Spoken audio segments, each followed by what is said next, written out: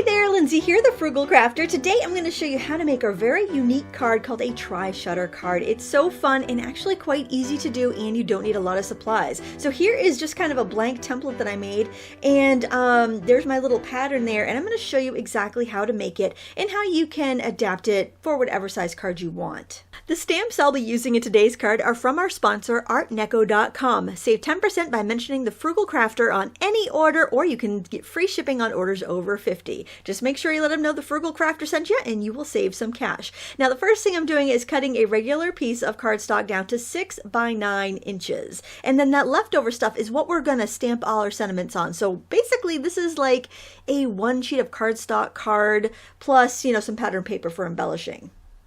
Once your paper is cut, you're going to want to score it. So basically what you need to do is score it in thirds. So since my paper is 9 inches wide, I'm scoring it at 3 and at 6. You can adjust this for however wide a card you want to make.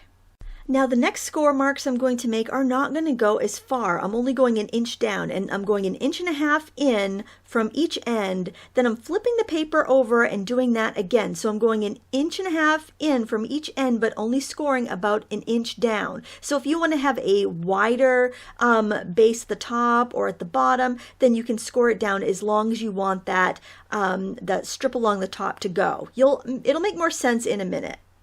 Now we're going to cut between those short score marks, okay? So I'm cutting 1 inch from the top, but I'm starting and ending at each of those last partial score marks that I made. Do that for both edges of your paper.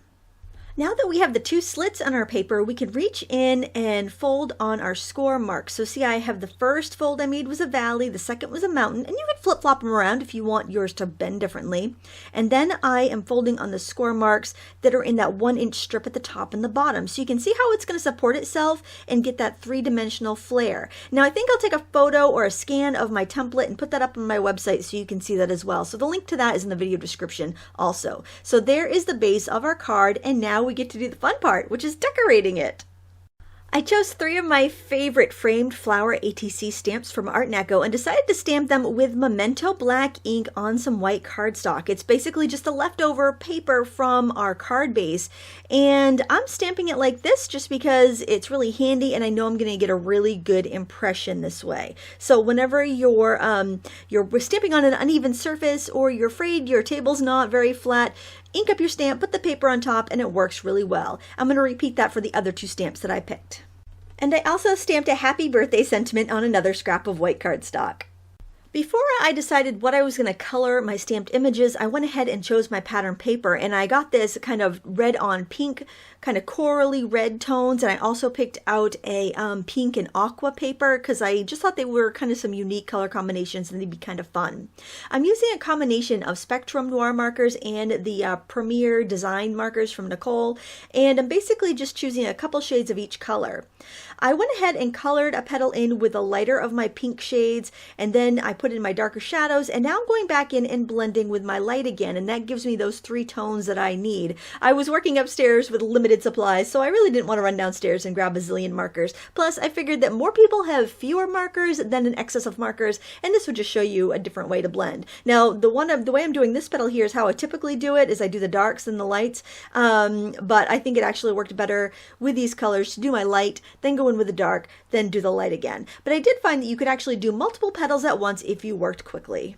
I'm going to use the same colors in every little panel that I'm doing here, and this limited palette actually gives you kind of a vintage look. So I'm using those teal colors for my green in the leaves, and then I'm going to use some of the yellows in the stamens there. If you've ever noticed, like in vintage children's books, you'll get like 3 or 4 colors, and it has this really simple, beautiful, elegant feel. That's the same thing I'm going with in these 3 panels that I'm coloring here. Then I decided to trim each panel down, so I had about 1/8 of an inch border on each design. Then I used a color duster and some pale green ink to sweep a soft color in the background. Now it's just a matter of trimming down my pattern paper to fit the different sections of my tri-shutter card. I find that just trimming some strips of paper the right width is easier than I can cut them to length with my scissors. You can do every little panel its own color, or you can combine the same color across several panels if you want to, like I did here. It's completely up to you. It's a great way to use up scraps of paper, especially if you save your scraps by collection, because sometimes you have so many cute little bits and pieces from a paper pad that you don't want to toss away. This is a great way to use them up. So just go ahead and fill up your little sections and embellish it as desired. I think the top or bottom strip is a great place to put your sentiment. Now remember what I said at the beginning of the video. You could make those strips as wide as you wanted to just when you make your first slits in the card, and completely alter it that way if you have a different design that you want to put together. Now as long as you folded and scored everything right, it should fold flat like that. And now I'm going to show you how to make an envelope for your custom card.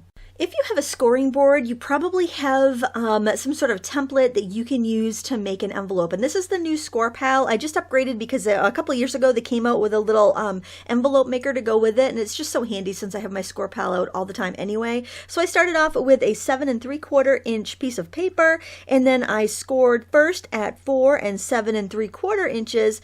And then I turned my paper and scored it at 2 3/4 and 9 1/4 inches. And all that information is right there on the little corner. But you can use whatever envelope template you have, or you can simply cut a piece of paper that same size, that 7 3/4 square, lay your card in the middle of it and fold the triangles, like the tips, around it. So you'd put your card in there so that the points are going out each side of it, and then you could just fold it around, and that would make a nice card too. So there's so many different ways you can make an envelope custom, and I like to cut out those little notches there at the top just to make it fold up a little bit neater.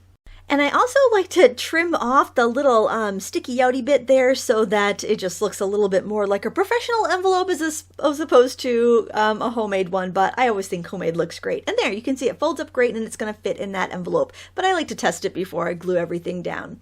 I hope you enjoyed this video today and you try one of these cards because it's really not that difficult. In fact, you could Google try shutter cards and find tons of templates in different sizes, just right out there that other crafters have shared. It's not my original idea. Lots of people have done this before. I just thought it was something really fun that you might not have heard of and you might enjoy a little step-by-step tutorial about. Please check out our sponsor, artneco.com. They just revamped their website. They have lots of new images, a lot of beautiful Asian images, a lot of florals, a lot of nature images, so many beautiful things. And the thing I like most about Art Neco is that their stamps don't go out of style. They're timeless, they're elegant, and you'll go back and use them year after year. Thank you so much for watching. If you enjoyed this tutorial, please give me a thumbs up. And until next time, happy crafting!